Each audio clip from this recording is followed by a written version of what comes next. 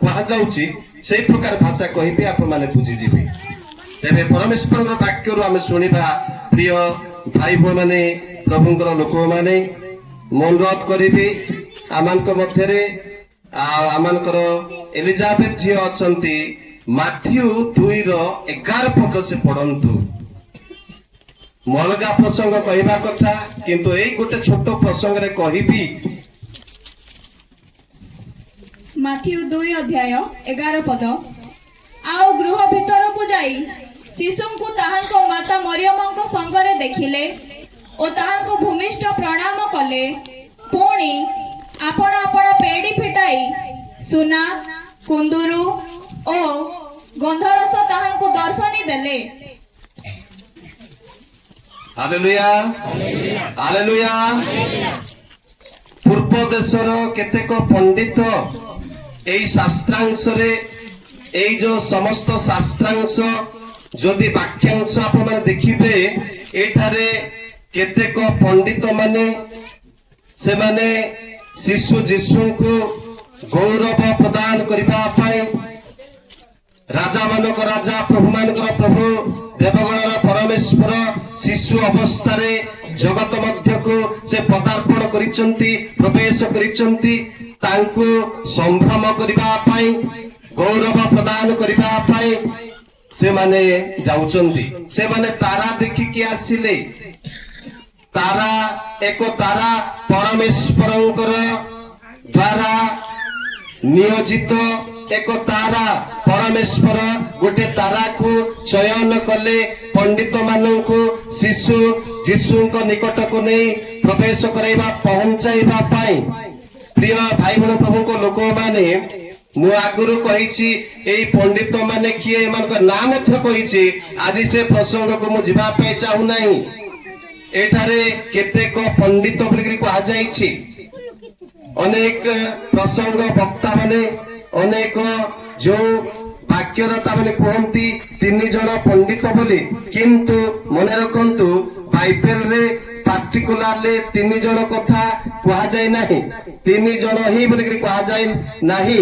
କେତେକ ପଣ୍ଡିତ, ପୂର୍ବଦେଶୀୟ ପଣ୍ଡିତ ବୋଲିକି କୁହାଯାଇଛି। ପ୍ରିୟ ଭାଇ ଭଉଣୀ, ପ୍ରଭୁଙ୍କ ଲୋକମାନେ, ଏଇଥିପାଇଁ 3 ଜଣ ବୋଲି କୁହାଯାଏ। ସେମାନେ ସୁନା, କୁନ୍ଦୁରୁ ଏବଂ ଗନ୍ଧରସ ଆଣି ଶିଶୁ ଯୀଶୁଙ୍କୁ ସେମାନେ ଦର୍ଶନୀ ଦେଲେ। ସେମାନେ ଏକ ଉପହାର ସଦୃଶ୍ୟ ଯୀଶୁ ଖ୍ରୀଷ୍ଟଙ୍କ ଠାରେ ସେମାନେ ଅର୍ପଣ କରୁଛନ୍ତି। ସୁନା, କୁନ୍ଦୁରୁ, ଗନ୍ଧରସ। ସୁନା, କୁନ୍ଦୁରୁ, ଗନ୍ଧରସ, ଏ 3ଟା ବିଷୟକୁ କେନ୍ଦ୍ର କରି ମୁଁ ଟିକେ ଅଳ୍ପ ସମୟ କିଛି କହିବା ପାଇଁ ଚାହିଁବି। ପ୍ରିୟ ଭାଇ ଭଉଣୀ, ପ୍ରଭୁଙ୍କ ଲୋକମାନେ, ପ୍ରଭୁଙ୍କର ଦାସ ଦାସୀ ମାନେ, এই পণ্ডিত মানে আপনা আপনা পেড়ি ফিটেইলে, আপনা আপনার অন্তর খুলি সেমানে আসিলে পেড়ি ফিটেই যাহা সেমানে এই আশ্চর্য পরাক্রান্ত ব্যক্তিଙ୍କୁ উপহার স্বরূপ দেবা পাই সেমানে মনস্থ করিଥିଲେ। প্রিয় ভাই ভଉଣୀ, ପ୍ରଭୁଙ୍କ ଲୋକମାନେ, ସୁନା ପ୍ରଥମରେ ସେମାନେ ଦେଉଛନ୍ତି। ସୁନା, ପ୍ରିୟ ଭାଇ ଭଉଣୀ, ପ୍ରଭୁଙ୍କ ଲୋକମାନେ, ସୁନା ଏଇଟା ଏକ ରାଜକୀୟ ପଦବୀକୁ ବୁଝାଏ। ଯୀଶୁ ଖ୍ରୀଷ୍ଟଙ୍କର ରାଜକୀୟତ୍ୱକୁ ବୁଝାଏ। ଜିଜେସସ୍ କିଙ୍ଗସିପ୍। এই ସୁନାଟା ଯୀଶୁ ଖ୍ରୀଷ୍ଟଙ୍କର ସେଇ ଯୋଉ ରାଜକୀୟ ବର୍ଗକୁ ବୁଝାଏ, ସେ ଯେ ରାଜକୀୟ ଗୋଷ୍ଠୀର ଲୋକ। ପ୍ରିୟ ଭାଇ ଭଉଣୀ, ପ୍ରଭୁଙ୍କ ଲୋକମାନେ, ସୁନା ଜଣେ ରାଜାଙ୍କୁ ଦିଆଯାଉଥିଲା। ରାଜା ମାନଙ୍କୁ ଉପହାର ସ୍ୱରୂପେ ପୁରା କାଳରେ ଦିଆଯାଉଥିଲା। ଯଦି ଜିସାୟ 60:6 ପଦ ଆପଣମାନେ ଦେଖିବେ, ରାଜା ଭାବରେ ଦିଆଯାଉଛି। ପ୍ରିୟ ଭାଇ ଭଉଣୀ, ପ୍ରଭୁଙ୍କ ଲୋକମାନେ, ଯୀଶୁ ଖ୍ରୀଷ୍ଟ ସେ ଶିଶୁ ଅବସ୍ଥାରେ ଅଛନ୍ତି। ଏ ପର୍ଯ୍ୟନ୍ତ ତାଙ୍କର ଶାସନ କରିବାର କ୍ଷମତା, କି ସେ ଯେ ଗୋଟେ ରାଜା ଭାବରେ ପ୍ରତିଷ୍ଠିତ ହେଇନାହାନ୍ତି, ସେ ରାଜା ଭାବରେ ଏ ପର୍ଯ୍ୟନ୍ତ ପ୍ରକାଶିତ ହେଇନାହାନ୍ତି। ସେ ଜଣେ ନମ୍ର ଲୋକ ଥିଲେ, ଜଣେ ସାଧାରଣ ବ୍ୟକ୍ତିତ୍ୱ ଥିଲେ।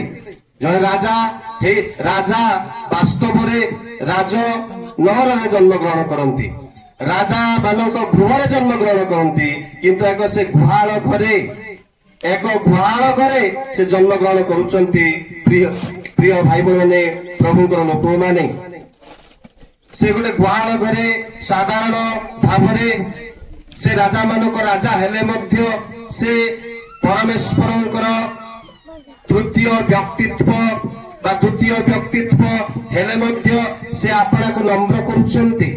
ଆମମାନଙ୍କ ମଧ୍ୟରୁ କିଏ ଜଣେ ପଢୁଥିଲେ ଫିଲିପିଓ 2:6-7 କହିଲେ ଯେ ସେ ଆପଣାକୁ ଶୂନ୍ୟ କଲେ, ସେ ଆପଣାକୁ ଶୂନ୍ୟ କଲେ। ପ୍ରିୟ ଭାଇ ଭଉଣୀମାନେ, ପ୍ରଭୁଙ୍କର ଲୋକମାନେ, ନିହୀନ ଭାଇ ସେଇ ପଦକୁ ଆମମାନଙ୍କ ସମ୍ମୁଖରେ ପାଠ କରି ଶୁଣେଇଲେ ଯେ ଯୀଶୁ ଖ୍ରୀଷ୍ଟ ଆପଣାକୁ ଶୂନ୍ୟ କଲେ।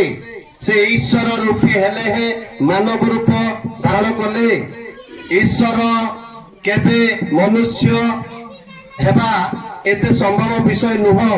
ଜଣେ ବଡ ପଦବୀ ଲୋକ ସାନ ହେବା ଏତେ ସହଜ ବିଷୟ ନୁହଁ।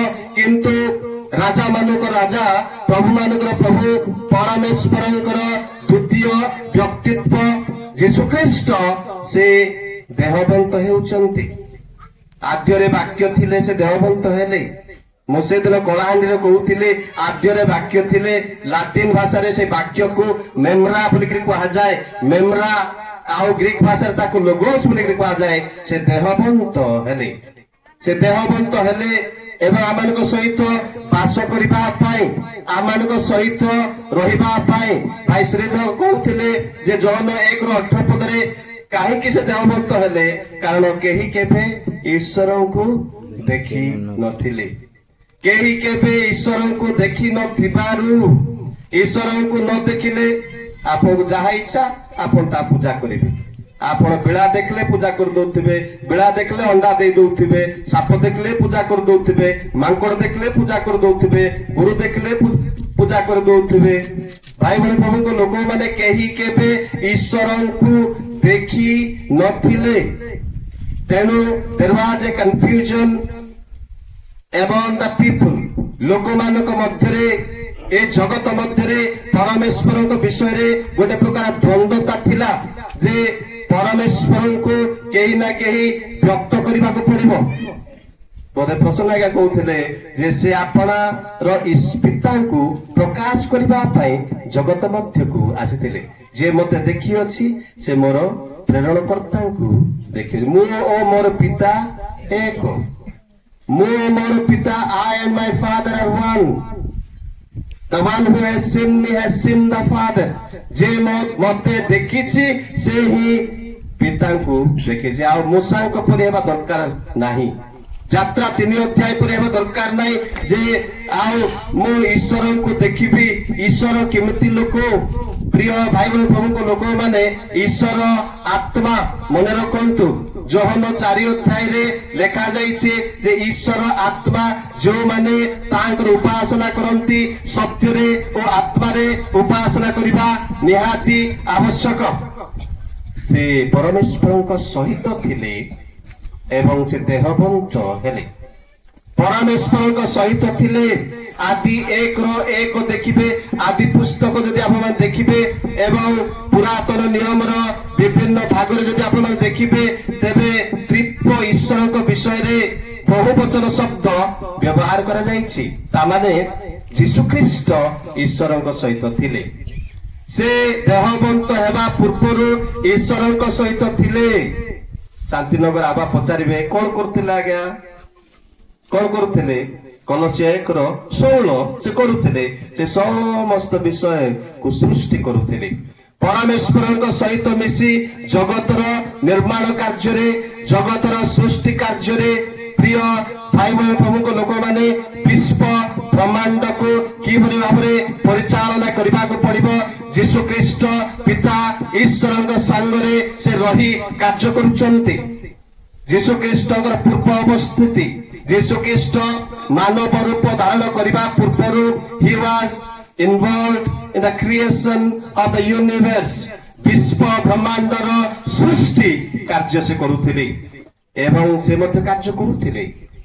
ଆଦି 18 ଅଧ୍ୟାୟରେ ଦେଖୁଛୁ ଯେ ସେ ଅବ୍ରାହମ ଘରକୁ ଯାଇଥିଲେ। 3 ଜଣ ଦୂତ ଅବ୍ରାହମଙ୍କ ଗୃହକୁ ଗଲେ ସାରା ଏବଂ ଅବ୍ରାହମଙ୍କୁ କହୁଛନ୍ତି ତମେ ବ୍ୟତିବ୍ୟସ୍ତ ହେବା କିଛି ଆବଶ୍ୟକ ନାହିଁ। ସାରାଙ୍କର 90 ବର୍ଷ ଏପଟ ଅବ୍ରାହମଙ୍କର 99 ବର୍ଷ।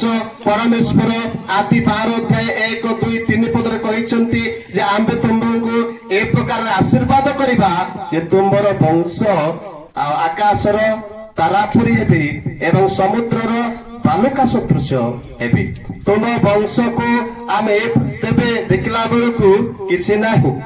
ତେବେ ଏମାନେ ଯେତେବେଳେ ବ୍ୟତିବ୍ୟସ୍ତ ହେଉଛନ୍ତି ସେଇ ସମୟରେ ଶୈତାନ ଗୋଟେ କାର୍ଯ୍ୟ କଲା ଯେ ହାଗାର ଦ୍ୱାରା ଗୋଟେ ସନ୍ତାନ ଆସୁଛନ୍ତି। ହାଗାର ଦ୍ୱାରା ଇସ୍ମାଏଲ ଆସୁଛନ୍ତି। ଇସ୍ମାଏଲ ପ୍ରତିଜ୍ଞାତ ସନ୍ତାନ ନୁହନ୍ତି।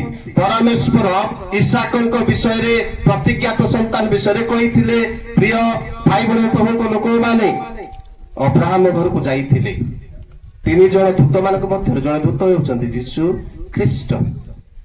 ସୈଦ୍ରକ ମୈଶ୍ରକ ଓବେଦନକ ସହିତ ଅଗ୍ନି ମଧ୍ୟରେ ଯେଉଁ ଦୂତ ଥିଲେ, ଯେଉଁ ବ୍ୟକ୍ତିତ୍ୱ ଥିଲେ, ସେ ହେଉଛନ୍ତି ତ୍ରାଣକର୍ତ୍ତା ପ୍ରଭୁ ଯୀଶୁ ଖ୍ରୀଷ୍ଟ। ଯୀଶୁ ଖ୍ରୀଷ୍ଟ ଦେହବନ୍ତ ହେବା ପୂର୍ବରୁ ସେ କାର୍ଯ୍ୟରେ ଥିଲେ। ପରମେଶ୍ୱରଙ୍କର କାର୍ଯ୍ୟରେ ସେ ସମ୍ପୂର୍ଣ୍ଣ ଭାବରେ ସମ୍ପୃକ୍ତ ଥିଲେ। ଭାଇ ଭଉଣୀ ପ୍ରଭୁଙ୍କ ଲୋକମାନେ ପରମେଶ୍ୱରଙ୍କର କାର୍ଯ୍ୟରେ ସେ ଇନଭଲ୍ଭ ଅଛନ୍ତି, ସେ କଥା ଆମେ ଦେଖୁଛୁ ପ୍ରିୟ ଭାଇ ଭଉଣୀମାନେ। କିନ୍ତୁ ତାଙ୍କୁ ଦେହବନ୍ତ ହେବାକୁ ପଡିଲା କେତେବେଳେ? କାଳ ସମ୍ପୂର୍ଣ୍ଣ ହୁଅନ୍ତେ, ଲେଖାଯାଇଛି କାଳ ସମ୍ପୂର୍ଣ୍ଣ ହୁଅନ୍ତେ ଈଶ୍ୱର ଆପଣା ନିକଟରୁ ଆପଣାର ଏକମାତ୍ର ପୁତ୍ରଙ୍କୁ ଜଗତକୁ ପ୍ରେରଣ କଲେ। ସେ ସ୍ତ୍ରୀ ଜାତ ହୋଇ ବ୍ୟବସ୍ଥାଧୀନ ହେଲେ। When the fullness of time came, God sent his only son. ଯେତେବେଳେ କାଳ ସମ୍ପୂର୍ଣ୍ଣ ହୁଅନ୍ତେ, ପରମେଶ୍ୱରଙ୍କର ନିର୍ଦ୍ଦିଷ୍ଟ ସମୟ ଅଛି। ସବୁ ବିଷୟ ପାଇଁ ସମୟ ଅଛି ବୋଲି ଉପଦେଶକ ପୁସ୍ତକରେ ଲେଖାଯାଇଛି। ଗୀତ ସଂହିତା ପୁସ୍ତକରେ ଲେଖାଯାଇଛି ସବୁ ବିଷୟ ପାଇଁ ସମୟ ଅଛି। ଯୀଶୁ ଖ୍ରୀଷ୍ଟ ବା ବାକ୍ୟ ଦେହବନ୍ତ ହେବାର ମଧ୍ୟ ଏକ ନିର୍ଦ୍ଦିଷ୍ଟ ସମୟ ଥିଲା। ପରମେଶ୍ୱର ସେ ସମୟର ଅପେକ୍ଷାରେ ଥିଲେ ଏବଂ ପରମେଶ୍ୱର ଦେହବନ୍ତ ହେଲେ। The memra became flesh. Latin word ମେମ୍ରା, ଗ୍ରୀକ ଭାଷା ଲୋଗୋସ୍। ଲୋଗୋସ୍ ଦେହବନ୍ତ ହେଲେ, ବାକ୍ୟ ଦେହବନ୍ତ ହେଲେ ଏବଂ ସେ ଆମମାନଙ୍କ ସହିତ ବାସ କଲେ। ଅର୍ଥାତ୍ ସେ ପରମେଶ୍ୱରଙ୍କର ସେଇ ଯୋଉ ପୋଜିସନ, ପରମେଶ୍ୱରଙ୍କର ଯୋଉ ସମ୍ମାନ ଥିଲା, ପରମେଶ୍ୱରଙ୍କ ସହିତ ବସିବାର ଯୋଉ ଅଧିକାର ଥିଲା, ପରମେଶ୍ୱରଙ୍କ ପରି ସମ୍ମାନ ପଦମର୍ଯ୍ୟାଦା ପାଇବାର ଯୋଉ ସମୟ ଥିଲା, ସେ ପରିତ୍ୟାଗ କଲେ। ସେ ଆପଣାକୁ ଶୂନ୍ୟ କଲେ ବୋଲି ଲେଖାଯାଇଛି। ସେ ଆପଣାକୁ ଶୂନ୍ୟ କଲେ। ଗ୍ରୀକ ଭାଷାରେ ତାକୁ କେନୋ ବା କେନୋସିସ୍ ବୋଲି କୁହାଯାଏ। ଆପଣାକୁ ଶୂନ୍ୟ କଲେ, ଏହାର ଅର୍ଥ ଆପଣାର ଅଧିକାରକୁ ସେ ପରିତ୍ୟାଗ କଲେ। ପରମେଶ୍ୱର ଭାବରେ, ଜଣେ ସୃଷ୍ଟିକର୍ତ୍ତା ଭାବରେ, ଈଶ୍ୱର ଭାବରେ ଯେଉଁ ତାଙ୍କର ଯୋଉ ଗୌରବ ଥିଲା, ଯେଉଁ ସମ୍ମାନ ଥିଲା, ଯେଉଁ ଅଧିକାର ଥିଲା, ଯେଉଁ ପଦ ମର୍ଯ୍ୟାଦା ଥିଲା, ସେ ସବୁକୁ କଣ କଲେ? ପରିତ୍ୟାଗ କଲେ। ସେ କୌଣସି କଣ କଲେ ନାହିଁ ନା ଗୌରବକୁ, ଅଧିକାରକୁ ସାବ୍ୟସ୍ତ କରୁନାହାନ୍ତି। ଈଶ୍ୱର ରୂପୀ ହେଲେ ହିଁ ମାନବ ରୂପ ଧାରଣ କଲେ। ସେ ଈଶ୍ୱର ମାନବ ହେଲେ କଣ ପାଇଁ? ରାମନଗୁଡା ଗ୍ରାମର ଲୋକମାନଙ୍କ ପାଇଁ। କଣ ପାଇଁ? ଗୁଡାରୀ ଅଞ୍ଚଳର ଲୋକମାନଙ୍କ ପାଇଁ। କଣ ପାଇଁ? ରାୟଗଡା ଜିଲ୍ଲାର ଲୋକମାନଙ୍କର ପରିତ୍ରାଣ ନିମନ୍ତେ। କଣ ପାଇଁ? ନା ସମଗ୍ର ବିଶ୍ୱ ବ୍ରହ୍ମାଣ୍ଡର ଲୋକମାନଙ୍କ ନିମନ୍ତେ ଆଉ ପରମେଶ୍ୱରଙ୍କର ପ୍ରତିମୂର୍ତ୍ତିକୁ ଉଦ୍ଧାର କରିବା ପାଇଁ, ଖୋଜି ରକ୍ଷା କରିବା ପାଇଁ ଯୀଶୁ ଖ୍ରୀଷ୍ଟ ଜଗତକୁ ଆସିଥିଲେ। ଲୁକ 19:10 ଆମେ ସମସ୍ତେ ହଜିଥିଲୁ, ଆମେ ସମସ୍ତେ ପଥଭ୍ରଷ୍ଟ ହେଇଥିଲୁ, ପରମେଶ୍ୱରଙ୍କ ଠାରୁ ଅତି ଦୂରକୁ ଚାଲି ଯାଇଥିଲୁ। ଜିସାୟ 53:6 ଭାଇ ଭଉଣୀ ପ୍ରଭୁଙ୍କ ଲୋକମାନେ ଗୀତ ସଂହିତା 119:176 ଆମେ ପରମେଶ୍ୱରଙ୍କ ଠାରୁ ଅତି ଦୂରକୁ ଚାଲି ଯାଇଥିଲୁ। ଆମେ କୋପଟ ଯାଇଥିଲୁ, ସାପ ଫୁଟ ପଳେଇ ଯାଇଥିଲୁ, ଆମେ ବିଳାପତ୍ର ପଳେଇ ଯାଇଥିଲୁ, ଆମେ ବେଲଗଛ ପଟ ପଳେଇ ଯାଇଥିଲୁ। ବେଲଗଛ ହିଁ ଆମର ପ୍ରଭୁ। ପ୍ରିୟ ଭାଇ ପ୍ରଭୁଙ୍କ ଲୋକମାନେ ଆମେ ପରମେଶ୍ୱରଙ୍କ ଠାରୁ ଅତି ଦୂରକୁ ଚାଲି ଯାଇଥିଲୁ। କଲସିୟ ପୁସ୍ତକରେ ଲେଖାଯାଇଛି ଯେ ଆମେ ପରମେଶ୍ୱରର ଶତ୍ରୁ ଥିଲୁ। କଲସିୟ ପୁସ୍ତକରେ ଲେଖାଯାଇଛି we were the enemies of God। ପରମେଶ୍ୱରଙ୍କର ଶତ୍ରୁ ଥିଲୁ ଆମେ, ପରମେଶ୍ୱରଙ୍କ ଠାରୁ ଆମେ ଦୂରକୁ ଚାଲି ଯାଇଥିଲୁ। ତେଣୁ ସେ ଆମକୁ ଖୋଜି ରକ୍ଷା କରିବା ପାଇଁ ସେଇ ପରମେଶ୍ୱର ଯେ ଆପଣାର ପ୍ରତିମୂର୍ତ୍ତିରେ ଆପଣମାନଙ୍କ ମତେ ନିର୍ମାଣ କଲେ, ଆପଣମାନଙ୍କ ମତେ ସେ ଆପଣା ସାଦୃଶ୍ୟରେ ଗଢିଲେ, ସେ ଆଉଥରେ ତାଙ୍କ ନିକଟକୁ ନେବା ପାଇଁ ପିତା ପରମେଶ୍ୱରଙ୍କ ସହିତ ଯାହା ସହିତ ଆମମାନଙ୍କର ଦୁଶ୍ମନ ହେଇଛି ତାଙ୍କ ସହିତ ଭେଟେଇବା ପାଇଁ ଯୀଶୁ ଖ୍ରୀଷ୍ଟ ଜଗତ ମଧ୍ୟକୁ ଆସୁଛନ୍ତି। ପ୍ରଥମ ତିମୋଥୀ 2:5-6 ପଦରେ ଲେଖାଯାଇଛି ଯେ ଈଶ୍ୱର ଓ ମନୁଷ୍ୟ ମାନଙ୍କ ମଧ୍ୟରେ ଏକମାତ୍ର ମଧ୍ୟସ୍ଥ ଅଛନ୍ତି, ସେ ଖ୍ରୀଷ୍ଟ ପ୍ରଭୁ। ଯୀଶୁ ଖ୍ରୀଷ୍ଟଙ୍କ ଛଡା ଆଉ ମଧ୍ୟସ୍ଥ କେହି ନାହାନ୍ତି, ଏକମାତ୍ର ବୋଲିକରି କୁହାଯାଇଛି। ଆପଣ 33 କୋଟିକୁ ଆଣିକି ଯୋଡି ପାରିବେ ନାହିଁ। ଏଠି 33 କୋଟି ଏ ମରଜା ଥିଲା, ଆପଣ ଫୁଲମାଳ ପକାନ୍ତୁ, କିଛି ଅସୁବିଧା ନାହିଁ। କିନ୍ତୁ ପ୍ରିୟ ଭାଇ ପ୍ରଭୁଙ୍କ ଲୋକମାନେ, ମନୁଷ୍ୟ ଏବଂ ପରମେଶ୍ୱରଙ୍କ ମଧ୍ୟରେ ଏକମାତ୍ର ମଧ୍ୟସ୍ଥ ହେଉଛନ୍ତି ଯୀଶୁ ଖ୍ରୀଷ୍ଟ। ଯୀଶୁ ଖ୍ରୀଷ୍ଟଙ୍କ ଛଡା ପରିତ୍ରାଣ ନାହିଁ। ପ୍ରେରିତ 4:12 ପଦ ଲେଖାଯାଇଛି, ତାହାଙ୍କ ଛଡା ପରିତ୍ରାଣ ନାହିଁ। ଆକାଶ ତଳେ ମନୁଷ୍ୟ ମାନଙ୍କ ମଧ୍ୟରେ ଆଉ କୌଣସି ନାମ ଦିଆଯାଇ ନାହିଁ, ଗୋଟିଏ ମାତ୍ର ନାମ। ସମସ୍ତେ କହିବା ଯୀଶୁ ଖ୍ରୀଷ୍ଟ। ସମସ୍ତେ ମୁଖ ଖୋଲି କୁହନ୍ତୁ ଯୀଶୁ ଖ୍ରୀଷ୍ଟ। Hallelujah, hallelujah. ଯୀଶୁ ଖ୍ରୀଷ୍ଟ ପରମେଶ୍ୱର ଦେହବନ୍ତ ହେଲେ, ଆପଣଙ୍କୁ ଶୂନ୍ୟ କଲେ, ସେଇଟା ହଉଛି ଖ୍ରୀଷ୍ଟମାସ। କାହିଁକି ପରମେଶ୍ୱରକୁ ଆମେ ଧନ୍ୟବାଦ ଦେବା? କାହିଁକି ଧନ୍ୟବାଦ ଦେବା ନା ପରମେଶ୍ୱର ଆପଣାର ଅଧିକାରକୁ, ଶକ୍ତିକୁ, ସାମର୍ଥ୍ୟକୁ ସେ କଣ କରୁଛନ୍ତି? ଗୋଟେ ସାଇଡ ସେ ବୁଜଳା ବାନ୍ଧିକି ରଖି ଦଉଛନ୍ତି, ବେଡିରେ ତାଲା ପକେଇକି ରଖିକି ଦେହବନ୍ତ ହେଉଛନ୍ତି, ଯେପରିକି ଆପଣମାନେ ଆଉ ମୁଁ ଆମେ ଈଶ୍ୱରଙ୍କୁ ଜାଣିବା, ଆମେ ଈଶ୍ୱରଙ୍କ ନିକଟବର୍ତ୍ତୀ ହେବା, ଅନନ୍ତ ଜୀବନରେ ପ୍ରବେଶ କରିବା, ପ୍ରଚୁର ଜୀବନ, ଅନନ୍ତ ଜୀବନ ପାଇବା। ଯୋହନ 10:10 ପଦରେ ସେ ପ୍ରଚୁର ଜୀବନ ଦେବା ପାଇଁ ଜଗତକୁ ଆସିଥିଲେ। ପ୍ରଚୁର ଜୀବନ ମାନେ ଅନନ୍ତ ଜୀବନ। ଯୋହନ 5:24 ପଦରେ ଯେ ଯୀଶୁ ଖ୍ରୀଷ୍ଟକୁ ବିଶ୍ୱାସ କରିବ ସେ ମୃତ୍ୟୁକୁ ଅତିକ୍ରମ କରି ଜୀବନରେ ପ୍ରବେଶ କରିବ। Hallelujah, hallelujah. ପ୍ରିୟ ଭାଇ ବନ୍ଧୁ ଲୋକମାନେ, ପ୍ରଭୁଙ୍କର ଦାସ ଦାସୀ ମାନେ, ଯୀଶୁ ଖ୍ରୀଷ୍ଟ ଦେହବନ୍ତ ହେଲେ, ମାନବ ରୂପ ଧାରଣ କଲେ। ଆଜିର ଦିନରେ ପ୍ରିୟ ଭାଇ ପ୍ରଭୁଙ୍କ ଲୋକମାନେ, ଆଜିର ଦିନରେ ଅର୍ଥାତ୍ ଡିସେମ୍ବର 25 ଆଉ ଯୀଶୁ ଖ୍ରୀଷ୍ଟଙ୍କର ଜନ୍ମ ଦିବସ ନୁହଁ, ମନେ ରଖନ୍ତୁ। but we remember God's wonderful work, ପରମେଶ୍ୱରଙ୍କର ସ୍ୱର୍ଗୀୟ ପରିତ୍ରାଣର କାର୍ଯ୍ୟକୁ ପ୍ରତ୍ୟେକ ମନୁଷ୍ୟ ଯେଉଁମାନଙ୍କ ପାଖରେ ବିବେକ ରହିଛି, ପରମେଶ୍ୱର ଯେଉଁମାନଙ୍କୁ ବିବେକର ଆତ୍ମା ଦେଇଛନ୍ତି, ସେମାନେ এই ବିଷୟକୁ ନିଶ୍ଚିତ ଭାବରେ ଗ୍ରହଣ କରିବା ଦରକାର, ନିଶ୍ଚିତ ଭାବରେ ବିବେଚନା କରିବା ଦରକାର ଯେ ଆମମାନଙ୍କ ପାଇଁ ସେ ଦେହବନ୍ତ ହେଲେ। ପରମେଶ୍ୱର ଆପଣ ସ୍ଥାନ ପରିତ୍ୟାଗ ସ୍ୱର୍ଗରୁ ଜଗତକୁ ଆସିଲେ। ଜଗତକୁ ଆସିଲେ ଯେ ଗୁହାଳ ଘରକୁ ଗଲେ ସେ ଭାଇ ଭଉଣୀ ପ୍ରଭୁଙ୍କ ଲୋକମାନେ ଦରିଦ୍ର ଶ୍ରେଣୀରେ ପ୍ରବେଶ କରୁଛନ୍ତି। ରାଜା ମାନଙ୍କ ରାଜା, ପ୍ରଭୁ ମାନଙ୍କର ପ୍ରଭୁ।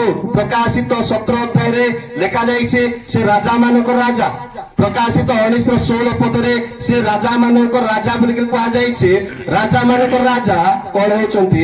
ଗୁହାଳ ଘରେ ଜନ୍ମଗ୍ରହଣ କରୁଛନ୍ତି, ଯେପରିକି ସେ ଆମମାନଙ୍କ ସହିତ ରହିବେ, ସେ ଆମମାନଙ୍କୁ କଥା କହିବା ପାଇଁ ଜଗତକୁ ଆସିଲେ ବୋଲି ଏଭ୍ରି ତାର 1 ଅଧ୍ୟାୟରେ in order to speak to the mankind, in order to speak to the mankind, ସେ କଥା ହେବା ପାଇଁ ଚାହିଁଲେ। ରାମନଗୁଡାର ଲୋକମାନଙ୍କୁ ସୌରା ଭାଷାରେ କଥା ହେବା ପାଇଁ ସେ ଇଚ୍ଛା କଲେ। ରାୟଗଡାର ଲୋକମାନଙ୍କୁ ତେଲୁଗୁ ଭାଷାରେ କଥା ହେବା ପାଇଁ ସେ ଇଚ୍ଛା କଲେ। ଗୁଡାରୀ ଅଞ୍ଚଳର ଲୋକମାନଙ୍କୁ ଓଡିଆ ଭାଷାରେ ସେ କଥା ହେବା ପାଇଁ ଇଚ୍ଛା କଲେ।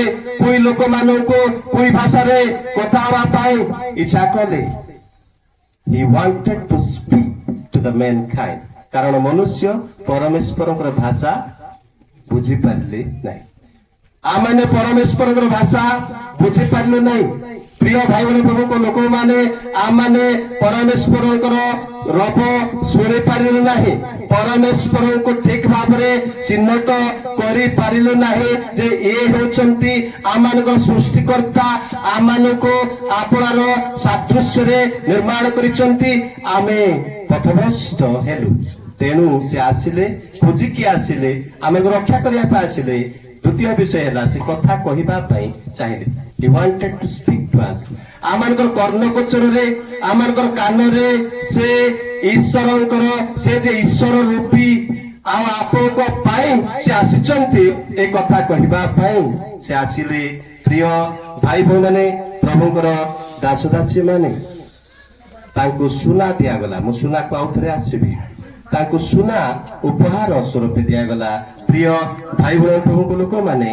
एक राजांकर संकेत सुना केवल राजा मान को दिया जाउथिला प्रिय भाई बहन प्रभुकर लोक माने प्रभुकर दास दासी माने जदि बाइबल रे आप माने देखिबे तेबे आमे सुना राजा मान को दिया जाउथिला आ यीशु ख्रीष्ट जने राजा र प्रतीक अटंती जने नम्र राजा से ठेंगा धरिकी जष्टी धरिकी भाई मैंने खंडा धरिकी हाथी उपरे बसिकी घोड़ारे बसिकी से संहार करिवार राजा नथिले से नम्र राजा सेइतिपई गर्धवी उपरे बसिकी से आरोहण करिथिले गर्धव उपरे बसी से विजय यात्रा करिथिले प्रिय भाई बहन प्रभु लोक माने से जने नम्र राजा थिले दिने यीशु ख्रीष्ट को जाजक माने एवं कैफा ये माने समस्ते फारूसी माने कौन कले ना तांको धरिले एवं तांको कौन कहा जाउछ पिलातो को निकट को निया गला पिलातो को निकट को नेला परे पिलातो केमिति दंड देबे तांको को दंड रे तांको दंडित करिवे से जानि पारु नांती कारण तांको पाखरे कोनोसी फूल से देखि पारले नाही यीशु ख्रीष्ट पाखरे कौन सी भूल कथा कि कौन सी पाप करिवार काको मर्डर करिवार काको फांसी दंड देवार कार तंटी काटिबार कार चोरी करिवार बेश्यावृत्ति करिवार से देखि नाहंती तेणु पिला तो द्वंद ही जाउचंती केउ दंड रे तांको दंडित कराजिबो भाई बहन प्रभु लोक माने मार्क 15:2 पदरे पिला तो यीशु ख्रीष्ट को पचारे आपण कौन जेहुदी मानक राजा यीशु ख्रीष्ट कहले आपण आज्ञा सत्य कहउछन्ती हालेलुया हालेलुया जेतबेले पिला तो पचारिले पढ़ी दियंतु से पद पिला तो ताहांको पचारिले माउथरे की पिला तो ताहांको पचारिले हां तुमभे की यहूदी मानकर राजा पिला तो ताहांको पचारिले तुमभे की यहूदी मानक राजा से तांको उत्तर देले आपण कहू अछंती यीशु ख्रीष्ट कहि नांती नाही नाही मो राजा नुह प्रिय भाई बहन प्रभु लोक माने जदि यीशु ख्रीष्ट क्रूसार्पित हेले तांकर अभियोग कोन थिला को अभियोग रे तांको अभियोग करा जाइथिला यीशु ख्रीष्ट को अभियोग करबा पे किछि नथिला ए यहूदी मानकर राजा बोली कि अभियोग पत्र तांकर मस्तक ऊपर लिखा जाइथिला इनरी भाई बहन प्रभु को लोक माने इनरी शब्द लिखा जाइथिला इनरी माने तीनटा भाषा लैटिन भाषा भाई बहन माने एब्री भाषा प्राय तीनटा भाषा ग्रीक भाषा रे लिखा जाइथिला तेबे ए होचंती यहूदी मानकर राजा इनरी आप कैथोलिक मंडली मानकर जीवे कैथोलिक चर्च मानकर जीवे क्रूस थी यीशु ख्रीष्ट थे मस्तक उपर इनरी शब्द लिखा जाइथिबो यीशु ख्रीष्ट को प्राणदंड मिलबार अभियोग कौन थिला ना ए होचंती यहूदी मानकर राजा प्रकृत रे प्रिय भाई बहन प्रभु को लोक माने से यहूदी मानकर राजा थिले से प्रकृत रे समग्र विश्व ब्रह्मांडर राजा थिले समस्त मानव जातिर राजा से थिले हेरोद राजा मध्य हेरोद राजा द ग्रेट ହେରୋଦ ରାଜା ଯୀଶୁ ଖ୍ରୀଷ୍ଟଙ୍କୁ ମୃତ୍ୟୁଦଣ୍ଡ ଦେବା ପାଇଁ ତାଙ୍କୁ ସଂହାର କରିବା ପାଇଁ ଖୋଜି ବୁଲୁଛନ୍ତି। ଯଦି ଆମେମାନେ ମାଥିଉ 2:2 ଦେଖିବେ ଏବଂ ତଳକୁ ଦେଖିବେ ହେରୋଦ ରାଜା, ମୁଁ ଦେଖୁଥିଲି କୋଉ ହେରୋଦ ଏଇଟା। ହେରୋଦ ବାଇବେଲରେ 6 ପ୍ରକାର ହେରୋଦ ବିଷୟରେ କୁହାଯାଏ। There are 6 herods in the Bible. ବାଇବେଲରେ 6 ଜଣ ହେରୋଦ ଅଛନ୍ତି। ଏ ହେରୋଦ ହେଉଛନ୍ତି ପ୍ରଥମ Herod, Herod the great. Herod the great ପରେ ପରେ ହେରୋଦ ଆର୍ଖଲାସ୍ ଆସିଲେ। ଯଦି ଆମେମାନେ ମାଥିଉ 2:21-22 ଦେଖିବେ, ହେରୋଦ ସେ 37 BC-ରୁ 4 BC ପର୍ଯ୍ୟନ୍ତ ସେ ଶାସନ କଲେ। 4 BC-ରୁ 6 BC ପର୍ଯ୍ୟନ୍ତ ଆର୍ଖିଲସ୍, ପଢିଦିଅନ୍ତୁ ସେ ପଦ, ମାଥିଉ ତାର 2:21-22। ସେଥିରେ ସେ ଉଠି ହଁ, ଶିଶୁ ଓ ତାହାଙ୍କ ମାତାଙ୍କୁ ଘେନି ଇସ୍ରାଏଲ ଦେଶକୁ ଆସିଲେ। ମାତ୍ର ଆଖ୍ରିଲାୟ ଆପଣା ପିତା ହେରୋଦଙ୍କ ସ୍ଥାନରେ କିଏ ସେଟା ଆଉଥରେ ପଢ। ମାତ୍ର ଆଖ୍ରିଲାୟ ଆପଣା ପିତା ଆର୍ଖିଲାୟ, ହଁ, ମାତ୍ର ଆର୍ଖିଲାୟ ଆପଣା ପିତାଙ୍କ ହେରୋଦଙ୍କ ସ୍ଥାନରେ ହେରୋଦଙ୍କ ସ୍ଥାନରେ ଯହୂଦା ପ୍ରଦେଶର ରାଜା ହୋଇଅଛନ୍ତି। ଜିହୁଦା ପ୍ରଦେଶର ରାଜା ହୋଇଅଛନ୍ତି। ଏହା ଶୁଣି ସେଠାକୁ ଯିବା ପାଇଁ ଏହା ଶୁଣି ସେଠାକୁ ମରିୟମ ଏବଂ ଜୋସେଫ ଶିଶୁଙ୍କୁ ନେଇକି ଯିବା ପାଇଁ ସେ ଭୟ କଲେ। ଧନ୍ୟବାଦ। ଆର୍ଖିଲିୟ, ସେ ଆର୍ଖିଲିୟ ଏ ହେଉଛନ୍ତି ହେରୋଦ ଦ ଗ୍ରେଟ୍ ର ପୁଅ। ଯେତେବେଳେ ପ୍ରଥମ ହେରୋଦ ସେ ମରି ଯାଉଛନ୍ତି, ପ୍ରିୟ ଭାଇ ମାନେ, 4 BC-ରେ 4 BC ଖ୍ରୀଷ୍ଟ ପୂର୍ବରୁ 6 ପର୍ଯ୍ୟନ୍ତ କିଏ ଆସୁଛନ୍ତି? ଆର୍ଖିଲିୟ, ହେରୋଦ ଆର୍ଖିଲିୟ। ପ୍ରିୟ ଭାଇ ଭଉଣୀ, ପ୍ରଭୁଙ୍କ ଲୋକମାନେ ସେ କଣ କରୁଛନ୍ତି? ରାଜତ୍ୱ କରୁଛନ୍ତି।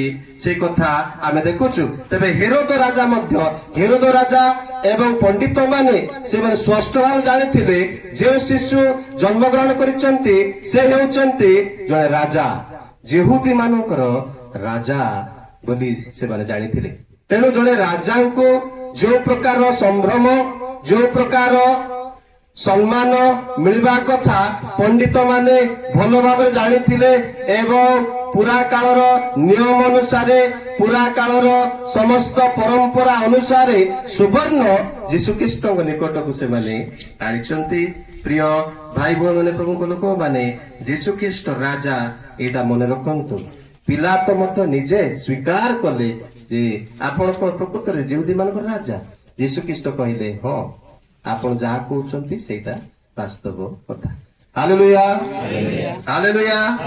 ଆଉ ଯୀଶୁଖ୍ରୀଷ୍ଟ ରାଜା, ଏଇ ଯୋଉ ମାନେ ସୁନା ଯୋଉ ଉପହାର ତାଙ୍କୁ ଦିଆଯାଇଥିଲା, ସେଥିରୁ ଆମେ ଜାଣୁଛୁ ପ୍ରିୟ ଭାଇ ମାନେ, ଲୁକ 23:37 ରୋମିଓ ସୈନିକ ମାନେ ଯୋଉମାନେ ଯୀଶୁଖ୍ରୀଷ୍ଟଙ୍କୁ କୃଷଦଣ୍ଡ ଦେଉଛନ୍ତି, ସେମାନେ ମଧ୍ୟ ତାଙ୍କୁ ପ୍ରଶଂସା କରୁଥିଲେ, ତାଙ୍କୁ ପରିହାସ କରିକି କହୁଥିଲେ, ତୁମେ ପରା ଯିହୁଦୀ ମାନଙ୍କ ରାଜା। ତୁମେ ଯିହୁଦୀ ମାନଙ୍କୁ ପଢି ଦିଅନ୍ତୁ ସେ ପଦ। ପୁଣି ସୈନ୍ୟମାନେ ମଧ୍ୟ ତାହାଙ୍କ ପାଖକୁ ଆସି ଅମ୍ଳ ରସ ଯାଚି ତାହାଙ୍କୁ ପରିହାସ କରି କହିଲେ, ତୁ ଯଦି ଯିହୁଦୀ ମାନଙ୍କର ରାଜା, ତାହେଲେ ନିଜକୁ ରକ୍ଷା କର। ହେ ଯିହୁଦୀ ମାନଙ୍କର ରାଜା। ସୈନ୍ୟମାନେ ଯୀଶୁଖ୍ରୀଷ୍ଟଙ୍କୁ ପରିହାସ କରି କହୁଛନ୍ତି ଯିହୁଦୀ ମାନଙ୍କ ରାଜା। ପ୍ରିୟ ଭାଇ ଭଉଣୀ, ପ୍ରଭୁଙ୍କ ଲୋକମାନେ, ଯୀଶୁଖ୍ରୀଷ୍ଟଙ୍କର ଆଉ କୌଣସି ତ୍ରୁଟି, କୌଣସି ତାଙ୍କର ଭୁଲ ନଥିଲା। ଯୀଶୁଖ୍ରୀଷ୍ଟଙ୍କର ଆଉ କୌଣସି ପାପ ନଥିଲା ତାଙ୍କୁ ଦୋଷାରୋପ କରିବା ପାଇଁ। ଏ ହେଉଛନ୍ତି ଯିହୁଦୀ ମାନଙ୍କର ରାଜା। ଯୀଶୁଖ୍ରୀଷ୍ଟ ପ୍ରକୃତରେ ରାଜା ଥିଲେ। ସେ ରାଜା ମାନଙ୍କର ରାଜା, ପ୍ରଭୁ ମାନଙ୍କର ପ୍ରଭୁ ଥିଲେ। ଆଉ ସୁନା ଦ୍ୱାରା ବା ସୁବର୍ଣ୍ଣ ତାଙ୍କୁ ଉପହାର ସ୍ୱରୂପ ଦେବା ଦ୍ୱାରା ଏହା ପ୍ରକାଶ କରାଗଲା ଯେ ସେ ପ୍ରକୃତରେ ଜଣେ ରାଜା ଏବଂ ସେ ଆମମାନଙ୍କ ହୃଦୟର ରାଜା, ସେମାନେ ସେଠାରେ ପ୍ରକାଶ କରୁଛନ୍ତି। ଲୁକ 23:38 ଆମେ ଦେଖୁଛୁ ସେ କଥା ଲେଖା ଯାଇଥିଲା ଯେ ଗ୍ରୀକ୍, ଲାଟିନ ଏବଂ ଏବ୍ରି ଭାଷାରେ। ପଢନ୍ତୁ। ପୁଣି ତାହାଙ୍କ ଉର୍ଦ୍ଧ୍ୱରେ ଏହି ଲିପି ମଧ୍ୟ ଲେଖା ଥିଲା, ଯିହୁଦୀ ମାନଙ୍କର ରାଜା। ତାଙ୍କର ଉର୍ଦ୍ଧ୍ୱରେ କୃଷ ଉପରେ ତାଙ୍କୁ ଟଙ୍ଗା ଯାଇଛି। ତାଙ୍କ ମସ୍ତକ ଉପରେ ଗୋଟେ ଫଳକ ଲେଖାଗଲା, ଗୋଟେ ଲିପି ଲେଖା ଯାଇକି ଟଙ୍ଗା ଯାଇଥିଲା, ଏ ହେଉଛନ୍ତି ଯିହୁଦୀ ମାନଙ୍କର ରାଜା। ଇଏ କିଏ? ଯେହୁଦୀ ମାନଙ୍କର ରାଜା ଯୀଶୁ ଖ୍ରୀଷ୍ଟ ପ୍ରକୃତରେ ପ୍ରିୟ ଭାଇ ଭଉଣୀ ପ୍ରଭୁଙ୍କ ଲୋକମାନେ ସେ ରାଜା, ସେ ରାଜା ମାନଙ୍କ ରାଜା, ପ୍ରଭୁ ମାନଙ୍କର ପ୍ରଭୁ। ଏଇଟା ସମସ୍ତେ ଆମେ ମନେ ରଖିବା ଆବଶ୍ୟକ ରହିଛି। ତେଣୁ ଯୀଶୁ ଖ୍ରୀଷ୍ଟଙ୍କ ପାଇଁ ଆପଣ ଆପଣ ହୃଦୟ ଖୋଲିବା ଦରକାର। ଯୀଶୁ ଖ୍ରୀଷ୍ଟଙ୍କ ପାଇଁ ସେଇ ଯୋଉ ଗୌରବମୟ ରାଜା ଯେପରିକି ଆମମାନଙ୍କର ହୃଦୟରେ ପ୍ରବେଶ କରିବେ, ଆମମାନଙ୍କର ଅନ୍ତରକୁ ଆସିବେ। ପ୍ରିୟ ଭାଇ ଭଉଣୀ ପ୍ରଭୁଙ୍କ ଲୋକମାନେ ତାଙ୍କୁ ତାଙ୍କ ନିମନ୍ତେ ଆମମାନଙ୍କର ହୃଦୟର ପକ ଦ୍ୱାର ଉନ୍ମୁକ୍ତ ହେବା ଦରକାର, ଦ୍ୱାର ଖୋଲିବାକୁ ପଡିବ। ଗୀତ ସଂହିତା 24:7-10 ମଧ୍ୟରେ ଲେଖାଯାଇଛି ଯେ ଗୌରବମୟ ରାଜା ହେଉଛନ୍ତି ପ୍ରଭୁ ଯୀଶୁ ଖ୍ରୀଷ୍ଟ। ଯୀଶୁ ଖ୍ରୀଷ୍ଟ ହେଉଛନ୍ତି ରାଜା ମାନଙ୍କ ରାଜା। ପ୍ରକାଶିତ 19:16 ସେଠାରେ କୁହାଯାଇଛି, ପଢନ୍ତୁ ଏ ପଦ, ଭଲ ପଦ। ତାହାଙ୍କ ବସ୍ତ୍ରରେ ତାହାଙ୍କ ଜଙ୍ଘ ଦେଶରେ ଏହି ନାମ ଲିଖିତ ଅଛି, ରାଜାମାନଙ୍କ ରାଜା ଓ ପ୍ରଭୁମାନଙ୍କ। ତାହାଙ୍କ ବସ୍ତ୍ରରେ ତାହାଙ୍କର ଜଙ୍ଘ ଦେଶରେ ଏଇ ନାମ ଲିଖିତ ଥିଲା, ଏ ରାଜା ମାନଙ୍କ ରାଜା, ପ୍ରଭୁ ମାନଙ୍କର ପ୍ରଭୁ। ଗୀତ ସଂହିତା 24:7-10 କେଇ ଜଣ ପଢନ୍ତୁ ଶୀଘ୍ର, ମାଉଥ ଧରିକି ପଢନ୍ତୁ। ହେ ନଗର ଦ୍ୱାର ସକଳ, ହେ ନଗର ଦ୍ୱାର ସକଳ ମସ୍ତକ ଟେକ, ଏ ନଗର ଦ୍ୱାର ସକଳ ମସ୍ତକ ଟେକ, ହେ ଚିରସ୍ଥାୟୀ କବାଟ ସବୁ, ଏ ଚିରସ୍ଥାୟୀ କବାଟ ସବୁ ଟେକି ହୁଅ, ଟେକି ହୁଅ। ତହିଁରେ ତହିଁରେ ଗୌରବମୟ ରାଜା ପ୍ରବେଶ କରିବେ। ତହିଁରେ ଗୌରବମୟ ରାଜା ପ୍ରବେଶ କରିବେ। ଗୌରବମୟ ରାଜା କିଏ? ଗୌରବମୟ ରାଜା କିଏ? ବଳବାନ ଓ ବୀର ସଦା ପ୍ରଭୁ, ସଂଗ୍ରାମରେ ବୀର ସଦା ପ୍ରଭୁ। ଧନ୍ୟବାଦ। ଗୌରବମୟ ରାଜା ଯୀଶୁ ଖ୍ରୀଷ୍ଟ, ସେ ହେଉଛନ୍ତି ରାଜା ମାନଙ୍କର ରାଜା ଯୀଶୁ ଖ୍ରୀଷ୍ଟ। ଜିସାୟ 9:6-7 ମଧ୍ୟ ଦି ପ୍ରିନ୍ସ ଅଫ ପିସ୍ ବୋଲିକରି କୁହାଯାଇଛି। ସେ ଶାନ୍ତିର ରାଜକୁମାର, ତାଙ୍କର ରାଜତ୍ୱ କେବେ ସମାପ୍ତ ହବ ନାହିଁ। ନବୀନ ପଟ୍ଟନାୟକ 24 ବର୍ଷ ପରେ ତାଙ୍କର ରାଜତ୍ୱ କାଳ ସମାପ୍ତ ହେଲା।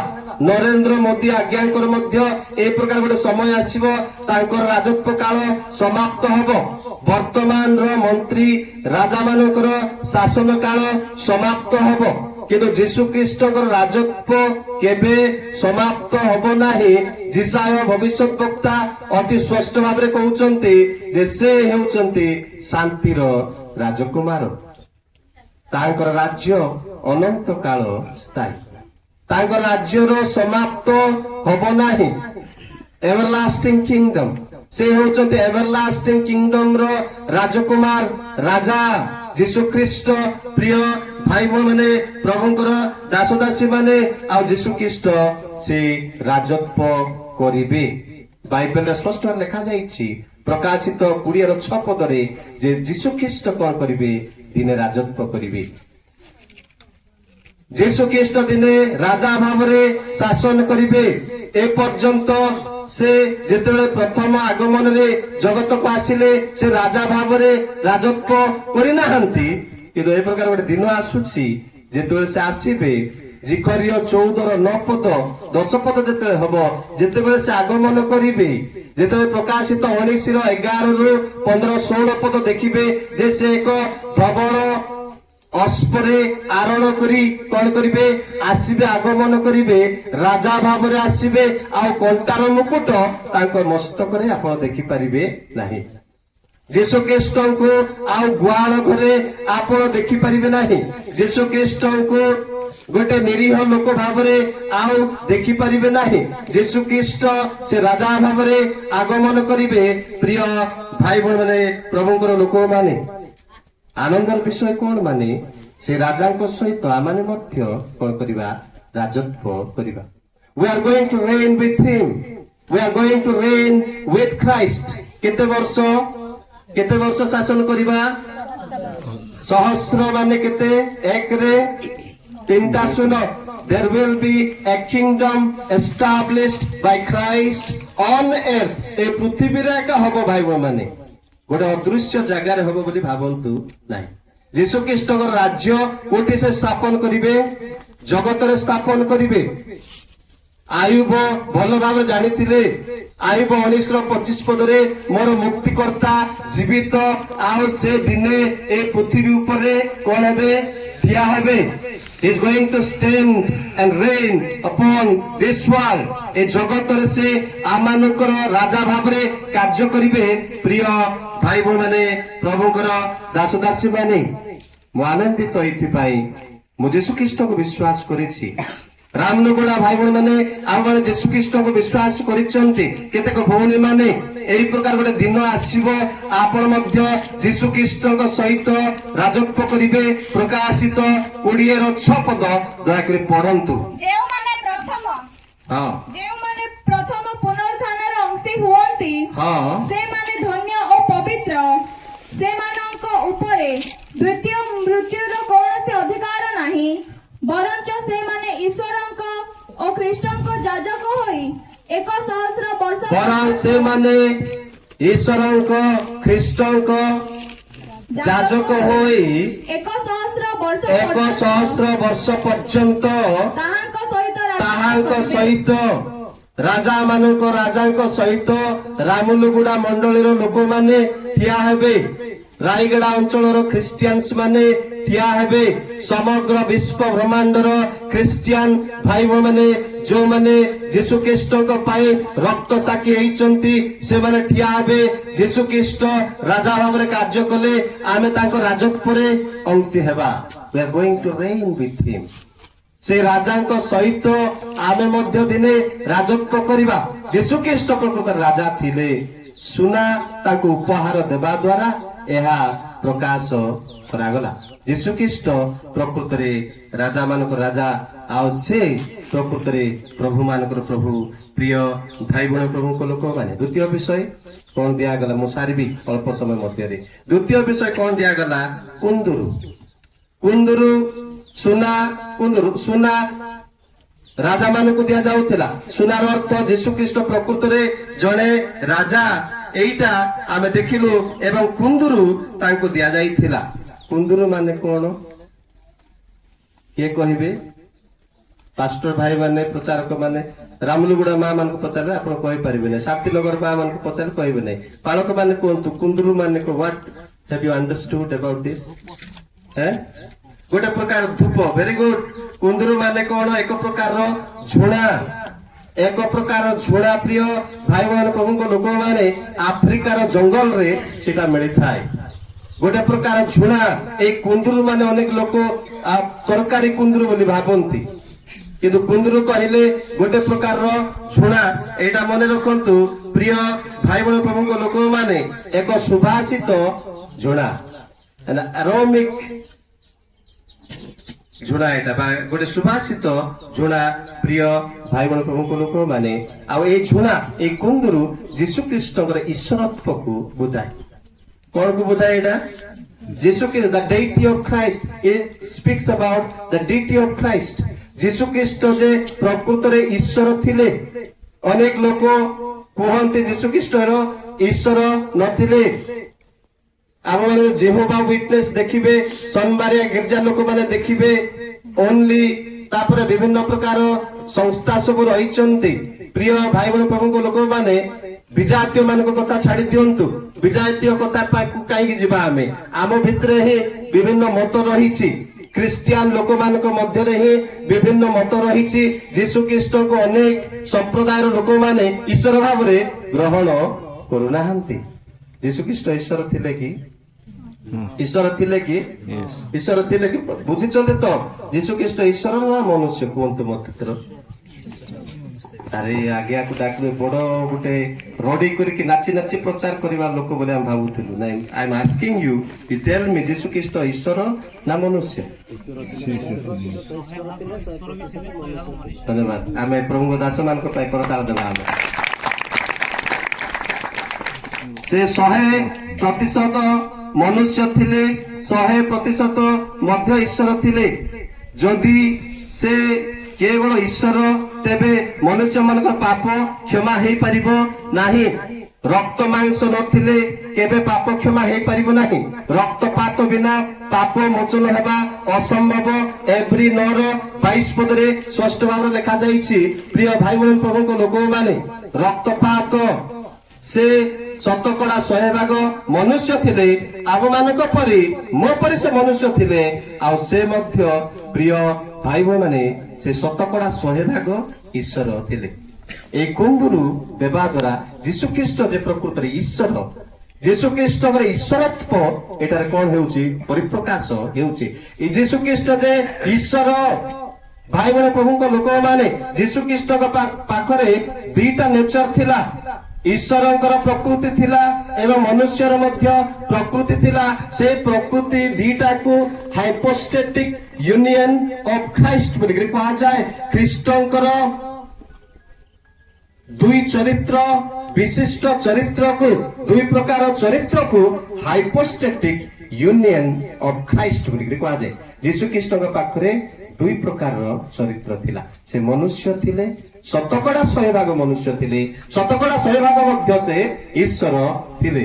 Hallelujah, hallelujah. ସେ କଥାଟା ଫିଲିପିୟ 2 ଅଧ୍ୟାୟରେ ଲେଖାଯାଇଛି। ମୁଁ କହିସାରିଲି, ତେଣୁ ଆଉ ବେଶୀ କହିବା ପାଇଁ ଚାହୁଁନାହିଁ। ସେ ଈଶ୍ୱର ରୂପୀ ହେଲେ ହେଁ ମାନବ ରୂପ ଧାରଣ କଲେ ଏବଂ ସେ ମାନବ ହୋଇ ଦାସ ରୂପ ଧାରଣ କଲେ ଏବଂ କୃଷି ମୃତ୍ୟୁ ପର୍ଯ୍ୟନ୍ତ ସେ ଆଜ୍ଞାବହ ହୋଇ କଣ ହେଲେ? ଆପଣଙ୍କୁ ଶୂନ୍ୟ କଲେ, ଆପଣଙ୍କୁ ନମ୍ର କଲେ। ଯୀଶୁଖ୍ରୀଷ୍ଟଙ୍କ ପାଖରେ ଦୁଇଟି ଚରିତ୍ର କାର୍ଯ୍ୟ କରୁଥିଲା। ସେ ଶତକଡ଼ା 100% ମନୁଷ୍ୟ ଥିଲେ, ତେଣୁକରି କ୍ଳାନ୍ତ ହେଇଯାଉଥିଲେ। ସମରଣିଆ ସ୍ତ୍ରୀକୁ ପାଣି ମାଗିଲେ ଭାଇ ଭଉଣୀ ପ୍ରଭୁଙ୍କ ଲୋକମାନେ ସେଇ ସମୟରେ ପାଦଗତିରେ ଲୋକମାନେ ଯାତାୟାତ କରୁଥିଲେ।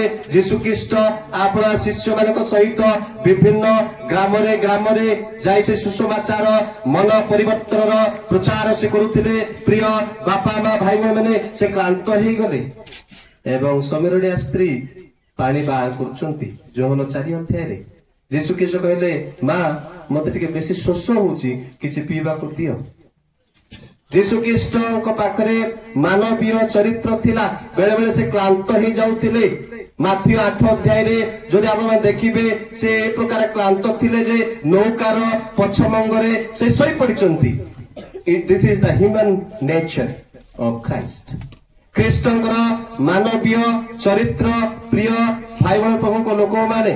ଆଉ ଯୀଶୁଖ୍ରୀଷ୍ଟଙ୍କ ପାଖରେ ମଧ୍ୟ ଐଶ୍ୱରିକ ଚରିତ୍ର ଥିଲା। ସେଇଥିପାଇଁ ପାଣି ଉପରେ ମଧ୍ୟ ଚାଲି ପକାଉଥିଲେ। ପାଣି ଉପରେ ଚାଲିବା ଲୋକ କିଏ ଅଛନ୍ତି କି ଭାଇ ଭଉଣୀ ମାନେ? ଭାଇ ଭଉଣୀ ପ୍ରଭୁଙ୍କ ଲୋକମାନେ କେବଳ ପୁରାଣରେ ଆମେ ଦେଖୁଛୁ ଜଣେ ଲୋକ ଏମିତି ଧରିକି ଉଡିକି ପଳଉଛି ବୋଲିକି। ସେ ସବୁ କାହାଣୀ, ସେ ସବୁ ପୁରାଣ। Jesus, the only man who walked upon the water. ଯୀଶୁଖ୍ରୀଷ୍ଟ ଏକମାତ୍ର ବ୍ୟକ୍ତି ଯେ କି ପାଣି ଉପରେ, ସମୁଦ୍ର ଉପରେ ସେ ଚାଲିଥିଲେ। ତାପରେ ପରେ ଆମେ ଦେଖୁଛୁ ପିତର ଅଳ୍ପ କିଛି ଚାଲିଲେ। ଅଳ୍ପ କିଛି, ପ୍ରଭୁ ମୁଁ ମଧ୍ୟ ଜଳରେ ଚାଲିବା ପାଇଁ ଚାହୁଁଛି, ସମୁଦ୍ରରେ ଚାଲିବା ପାଇଁ ଚାହୁଁଛି।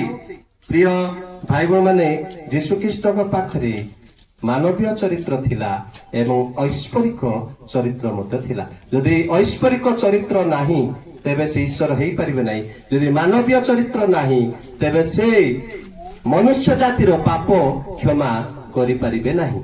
ପ୍ରିୟ ଭାଇ ଭଉଣୀ ପ୍ରଭୁଙ୍କ ଲୋକମାନେ, ପ୍ରଭୁଙ୍କର ଦାସଦାସୀ ମାନେ, ଯୀଶୁଖ୍ରୀଷ୍ଟ ସେ ଈଶ୍ୱର ଥିଲେ।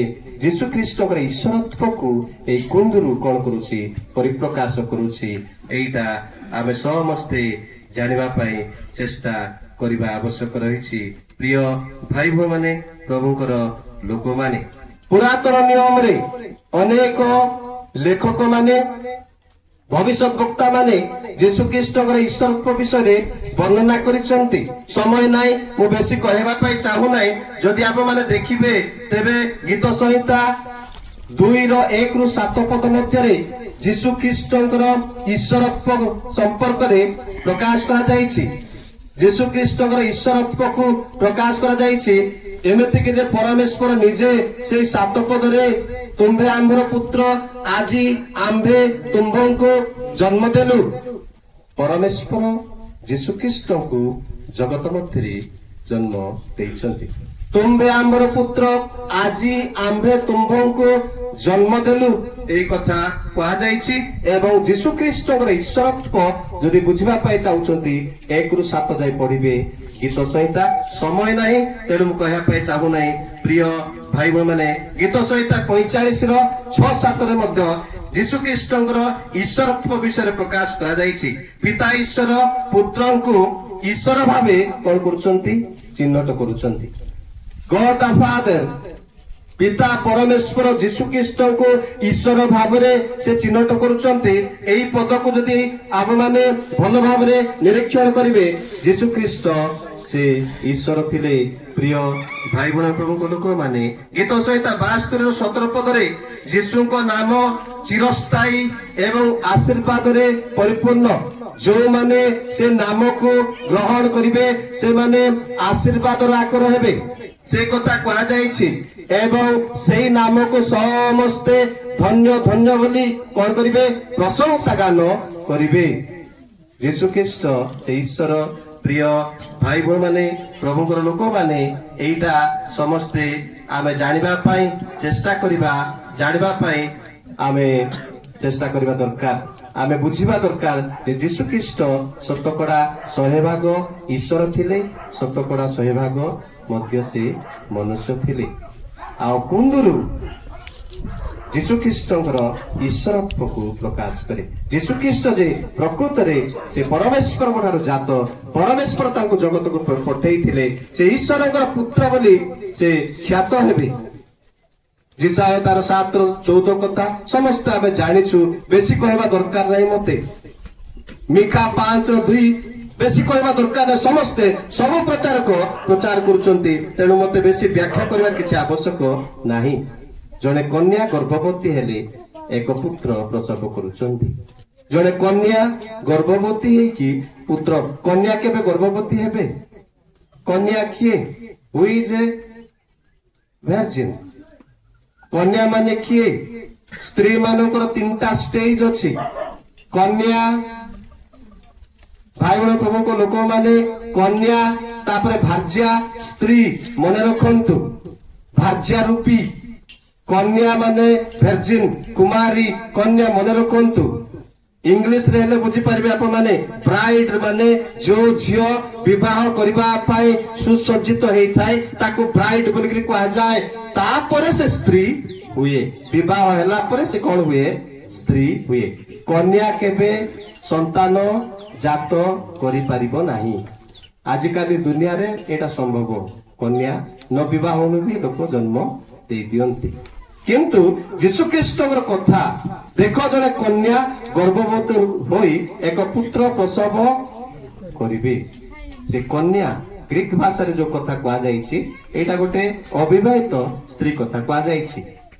ତାକୁ ଗ୍ରୀକ ଭାଷାରେ ପାର୍ଥେନସ୍ ବୋଲିକି କୁହାଯାଏ, ଏବ୍ରି ଭାଷାରେ ଆଲମା ବୋଲିକି କୁହାଯାଏ। ଅର୍ଥାତ୍ ଯେଉଁ ସ୍ତ୍ରୀ କେବେ କୌଣସି ପୁରୁଷକୁ ଜାଣି ନଥିବେ। ଆଉ ମରିୟମ ମଧ୍ୟ ଲୁକ 1:34 ପଦରେ ସେ ନିଜେ ସାକ୍ଷ୍ୟ ଦେଲେ, 35 ପଦରେ ମୁଁ ତ କୌଣସି ପୁରୁଷକୁ ଜାଣେ ନାହିଁ। ଏହା କିପରି ସମ୍ଭବ? ତେବେ ଗାବ୍ରିଏଲ ଦୂତ କହିଲେ, ଧୈର୍ଯ୍ୟ ଧର, ଧୈର୍ଯ୍ୟ ଧର, ଧୈର୍ଯ୍ୟ ଧର, ଏଇଟା ପରମେଶ୍ୱରଙ୍କର କାର୍ଯ୍ୟ। ପରମେଶ୍ୱର କରିବେ। ପରମେଶ୍ୱରଙ୍କର ଆତ୍ମା ତୁମ ଉପରେ ଅଧିଷ୍ଠାନ କରିବେ। ଆଉ ପରମେଶ୍ୱର ଆପଣଙ୍କର ଗର୍ଭକୁ ଆବରିବେ, ଆଉ ତୁମେ ଗର୍ଭବତୀ ହବ, ଏକ ପୁତ୍ର ପ୍ରସବ କରିବ। ଏହା ପରମେଶ୍ୱରଙ୍କର କାର୍ଯ୍ୟ। ପରମେଶ୍ୱର ଯେ ଜାତ ହେବେ ସେ ଈଶ୍ୱରଙ୍କ ପୁତ୍ର ଭାବରେ କଣ ହେବେ? ଖ୍ୟାତ ହେବେ। ହାଲେଲୁୟା। ପ୍ରିୟ ଭାଇ ଭଉଣୀ ପ୍ରଭୁଙ୍କ ଲୋକମାନେ, ଯୀଶୁ ଖ୍ରୀଷ୍ଟ ଈଶ୍ୱର, ସେ କଥା ମୁଁ କହିବା ପାଇଁ ଚାହୁଁଛି। ଆଉ କୁନ୍ଦୁରୁ ତାଙ୍କୁ ଉପହାର ଦେବା ଦ୍ୱାରା ଯୀଶୁ ଖ୍ରୀଷ୍ଟଙ୍କର ଈଶ୍ୱରତ୍ୱକୁ କଣ କରାଯାଉଛି? ପରିପ୍ରକାଶ କରାଯାଉଛି। ଆଉ ଯୀଶୁ ଖ୍ରୀଷ୍ଟ ପ୍ରକୃତରେ ଈଶ୍ୱର ଥିଲେ। ସୁନା ଯୀଶୁ ଖ୍ରୀଷ୍ଟଙ୍କର ରାଜତ୍ୱ, ଯୀଶୁ ଖ୍ରୀଷ୍ଟଙ୍କର ସେଇ ଚିରସ୍ଥାୟୀ ଅନନ୍ତକାଳୀନ ରାଜତ୍ୱକୁ ପ୍ରକାଶ କରୁଛି। ସେ ଯେ ପ୍ରକୃତରେ ଆମମାନଙ୍କ ରାଜା, ଆମ ହୃଦୟର ରାଜା, ଆମଙ୍କର ହୃଦୟରେ ସେ ପ୍ରବେଶ କରିଛନ୍ତି। ଯେଉଁମାନେ ଆମମାନଙ୍କର ଚିରସ୍ଥାୟୀ କବାଟ ସବୁ, ଦ୍ୱାର ସବୁ ଉନ୍ମୁକ୍ତ କଲୁ, ସେ ପ୍ରବେଶ କଲେ, ସେ ଆମମାନଙ୍କ ରାଜା ଅଟନ୍ତି। ଆଉ ଯୀଶୁ ଖ୍ରୀଷ୍ଟ ସେ ପ୍ରକୃତରେ ଈଶ୍ୱର। ପ୍ରିୟ ଭାଇ ଭଉଣୀ ପ୍ରଭୁଙ୍କ ଲୋକମାନେ, ଆଉ ଯୀଶୁ ଖ୍ରୀଷ୍ଟ ଈଶ୍ୱର ଅନେକ ପ୍ରମାଣ ବାଇବେଲରେ ରହିଛି।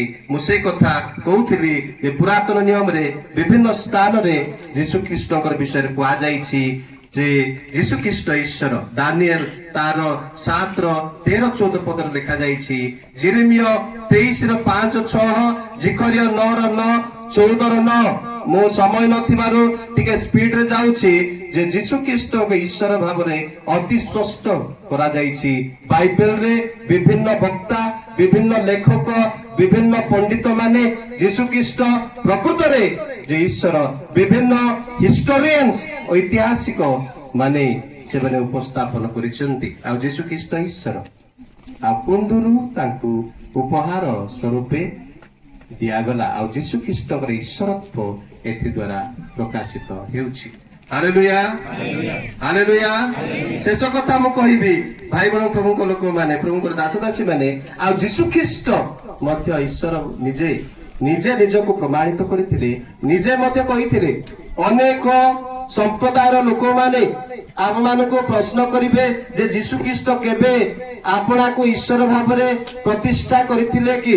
ଆପଣଙ୍କୁ ଈଶ୍ୱର ଭାବରେ କେବେ ସେ ନିଜର ସାକ୍ଷ୍ୟ ଦେଇଥିଲେ କି? ମୁଁ ଆପଣଙ୍କୁ ଦେଖେଇବି ବାଇବେଲରେ ଯୀଶୁ ଖ୍ରୀଷ୍ଟ ମଧ୍ୟ ନିଜେ ନିଜର ସାକ୍ଷ୍ୟ ଦେଇଛନ୍ତି।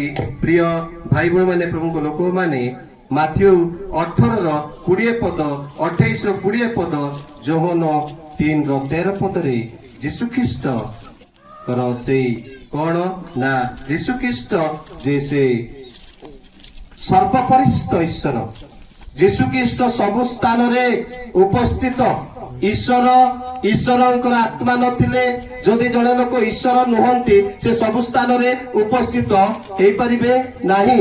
ଯେଉଁ ନାମରେ, ଯେଉଁ ସ୍ଥାନରେ 2 କିମ୍ବା 3 ମୋ ନାମରେ, ମୁଁ ସେଠାରେ ବିଦ୍ୟମାନ। କିଏ କହୁଛନ୍ତି ଏ କଥା? ଯୀଶୁ ଖ୍ରୀଷ୍ଟ। I M there. ଯୀଶୁ ଖ୍ରୀଷ୍ଟ ଈଶ୍ୱର ନହେଲେ ସବୁ ସ୍ଥାନରେ ସେ ଉପସ୍ଥିତ ହେଇପାରିବେ ନାହିଁ। ମାଥ୍ୟୁ, ପ୍ରିୟ ଭାଇ ଭଉଣୀ, ପ୍ରଭୁଙ୍କ ଲୋକମାନେ, ମାଥ୍ୟୁ ଯଦି ଆପଣମାନେ 28 ଦେଖିବେ, ସେଠାରେ ମଧ୍ୟ 20 ପଦରେ ଯେ ଯୁଗାନ୍ତ ପର୍ଯ୍ୟନ୍ତ, ଯୁଗର ଶେଷ ପର୍ଯ୍ୟନ୍ତ ମୁଁ ତୁମ ସାଙ୍ଗରେ ଅଛି, ଏଠାରେ ମଧ୍ୟ ଯୀଶୁ ଖ୍ରୀଷ୍ଟଙ୍କର ଈଶ୍ୱରତ୍ଵ ପ୍ରକାଶିତ ହେଉଛି। ପ୍ରିୟ ଭାଇ ଭଉଣୀ ମାନେ, ପ୍ରଭୁଙ୍କର ଦାସଦାସୀ ମାନେ, ଯୀଶୁ ଖ୍ରୀଷ୍ଟ ଈଶ୍ୱର ଥିଲେ। ଆଉ ଯୀଶୁ ଖ୍ରୀଷ୍ଟ ସର୍ବପରିସ୍ଥ ଈଶ୍ୱର, ଯୀଶୁ ଖ୍ରୀଷ୍ଟ ସର୍ବଶକ୍ତିମାନ। ମାଥ୍ୟୁ 28:18 ଆମେ ଦେଖୁଛୁ ଯୀଶୁ ଖ୍ରୀଷ୍ଟ ସର୍ବଶକ୍ତିମାନ, ଯୀଶୁ ଖ୍ରୀଷ୍ଟ ସର୍ବଦର୍ଶୀ। ମାଥ୍ୟୁ 9:3-4 ପଦରେ ଯୀଶୁ ଖ୍ରୀଷ୍ଟ ସର୍ବଦର୍ଶୀ। ଭାଇ ଭଉଣୀ, ମାଥ୍ୟୁ 12:25 ପଦରେ, ଲୁକ 4:46 ଏବଂ 47 ପଦରେ ସେ ସର୍ବପରିସ୍ଥ, ସର୍ବଶକ୍ତିମାନ ଏବଂ କଣ ବୋଲି କହିଲେ? ତାପରେ ମୁଁ କଣ କହିଲି? ସର୍ବଜ୍ଞ। ଯୀଶୁ ଖ୍ରୀଷ୍ଟ ପାଖରେ ସେଇ ଚରିତ୍ର ଥିଲା।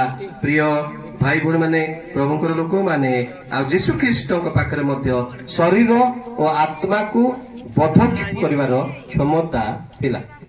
ଶରୀର ଓ ଆତ୍ମାକୁ ବଧ କିଏ କରିପାରିବେ?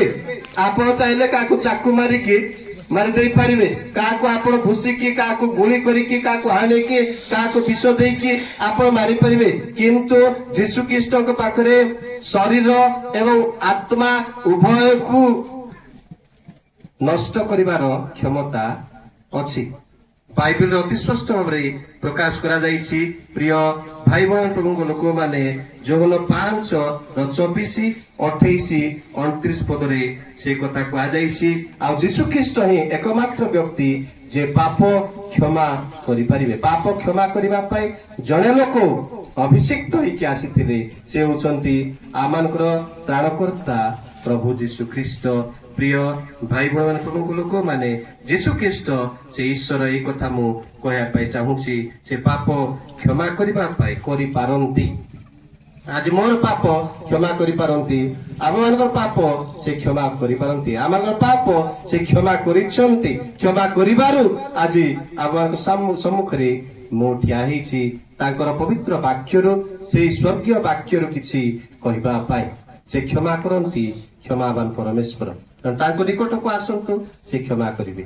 ଆପଣ କେତେ ବଡ ଭୁଲ କରିଛନ୍ତି, କେତେ ବଡ ପାପ କରିଛନ୍ତି, प्रिय भाई बहन प्रभु लोक मैंने आम अनेक समय मु बोधे परमेश्वर निकट को जाई परिबी नाही मु ए प्रकार भूल करिछि मु पाप रे अछि परमेश्वर संतान हेबार योग्य नुह परमेश्वर बोधे ए प्रकार पाप को क्षमा करि परिबे नाही नुह परमेश्वर पाप क्षमा करंती से पाप क्षमाकारी परमेश्वर आम पाप बहन करवा मेष बोली जौन 1:29 पद यही देख ईश्वर मेष शावक जी जगतर पाप भार बही नहीं जाती जड़े लोक जगतर पाप भार बहिबा आसी से होउचंती यीशु ख्रीष्ट आमर पाप को से कौन कले बहन कले से पाप बहनकारी मेष तेणु से क्षमा करें से ही एकमात्र व्यक्ति पाप क्षमा करने तृतीय नंबर विषय